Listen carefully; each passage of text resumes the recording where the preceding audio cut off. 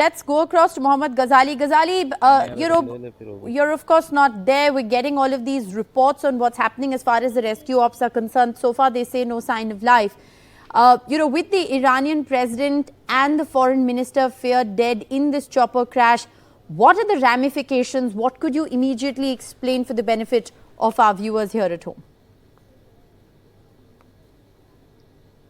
See, two things. One, the state media has been reporting that there is no sign of life in that helicopter, which had a crash landing, is what the term was being used by the state media since yesterday. And more than 15 hours since then, none of the government officials or even the ministers there were willing to speak. Though the diplomatic sources in the Western countries had already hinted that perhaps Mr. Raisi, the president of Iran, as well as the foreign minister, they both are no more after it was reported that their helicopter had a crash landing there near the Azerbaijan border, where Mr. Raisi yesterday met the Azerbaijani president for inauguration of a dam. Now, what are the ramifications? As Vedant rightly pointed out, Iran's name had cropped up in the last 7 months since the Gaza war started. Iran has been accused of supporting Hamas, the Houthis, the Hezbollah in Lebanon, and their active participation was not seen until a barrage of missiles and drone attack happened in Israel last month. Now, that's something which is the geopolitical fallout, that now,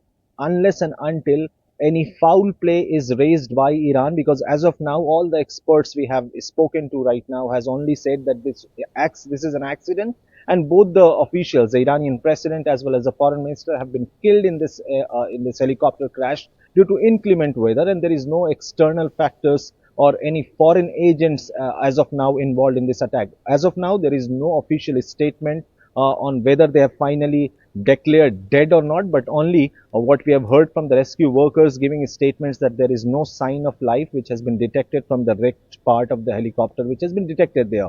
Now, the geopolitical ramifications, if you see the last couple of weeks, the kind of incidents which happened. One, India signed a 10-year maintenance deal of the Chabahar port with Iran. US expressed its displeasure over that. Ghazali, Before that, thought, we also see that how the situation between Hold that thought, Ghazali. We're going to come back to you in a moment.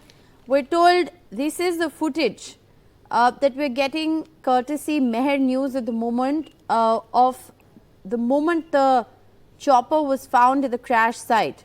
So this is a video that shows the moment when the wreckage was actually found. Remember, there's been a very extensive rescue and search operation that was launched. They believe to have been no survivors in the chopper. The Iranian president at the moment is feared dead. There's of course no official word yet on that, but this is the moment, Vedant, we're told, when the rescuers actually discovered the chopper that was carrying the Iranian president and the Iranian foreign minister. Ghazali, sorry we had to interrupt you there, but that was very important footage that we were getting in. You were telling us about the larger geopolitical ramifications for the region.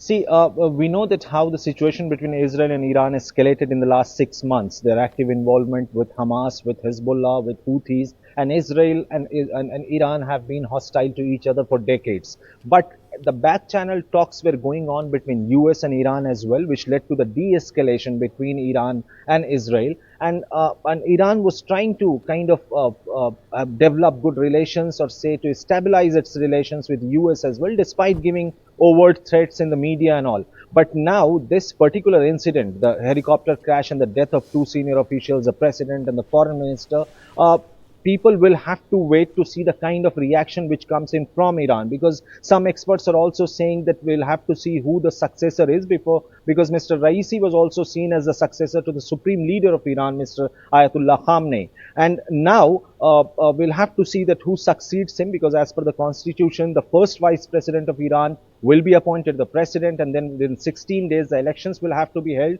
But as far as the geopolitical ramifications are concerned, we have seen that how multiple reports have emerged in the last few months of suppression of independent voices from Iran. We saw those women's movement from Iran which was suppressed by the forces there, and it was all being done under the leadership of Mr. Raisi, who happened to be the president. So we'll have to see whether there will be any reaction of the civil movement within Iran, how Israel is going to react to the reports, how US is going to react to the reports, because most of the Arab world, as well as Russia, European Union, since Right. yesterday, have shown a kind of support for Iran as far as this rescue operation was concerned. But we'll have to see that whether Iran's official, when Iran's official statement comes in to say that what they believe is the reason behind the crash. Is it just the inclement weather, or is it something else as well?